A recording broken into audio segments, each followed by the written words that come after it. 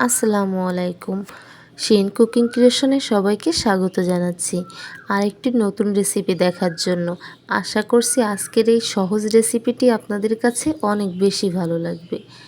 আমি এখানে রাঁধুনি রেডিমিক্স মশলায় চটপটি রান্না করে দেখাবো। খুব সহজ এবং স্বল্প উপকরণে খুব দ্রুত আপনারা এই চটপটি কিন্তু তৈরি করতে পারবেন।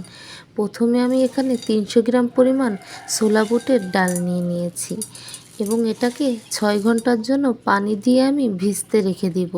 6 ঘন্টা ভেজানোর ফলে বুটগুলো কিন্তু অনেক বেশি ফুলে যাবে এবং বড় হয়ে যাবে।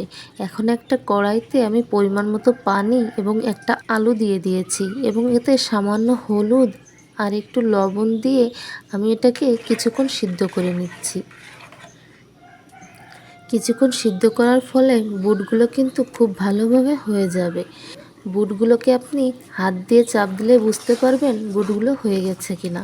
যখনই এরকম একটা চাপ দিলে গলে যাবে তখনই চুলার জালটা অফ করে দিবেন।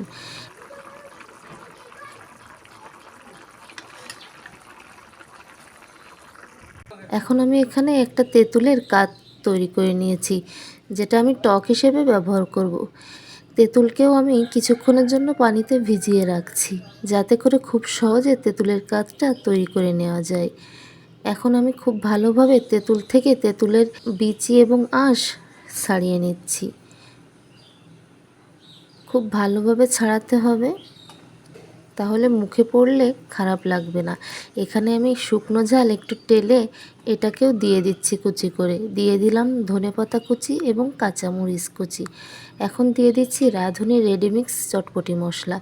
এখানে আমি 1 চামচ পরিমাণ মশলা দিয়ে খুব ভালোভাবে এটাকে নাড়িয়ে নিচ্ছি।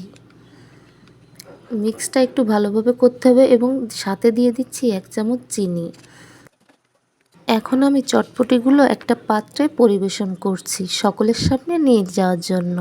একটা পাত্রে আমি চটপটিগুলো বেড়ে নিলাম, দিয়ে দিচ্ছি সেই আলুটা গ্রেট করে দিচ্ছি। এবার দিয়ে দিচ্ছি পরিমাণ মতো পেঁয়াজ কুচি এবং কাঁচামরিচ কুচি।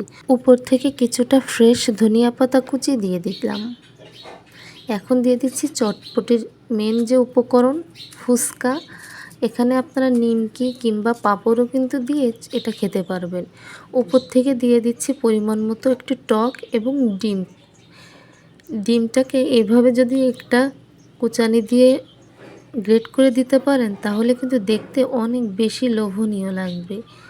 আশা করছি আজকের এই চটপটি রান্নার রেসিপি আপনাদের কাছে অনেক বেশি ভালো লেগেছে এবং সহজ লেগেছে। আবারও আসবো অন্য কোনো দিন নতুন কোনো ভিডিও নিয়ে। সে পর্যন্ত সবাই অনেক বেশি ভালো থাকবেন, আমার জন্য দোয়া করবেন। আল্লাহ হাফেজ।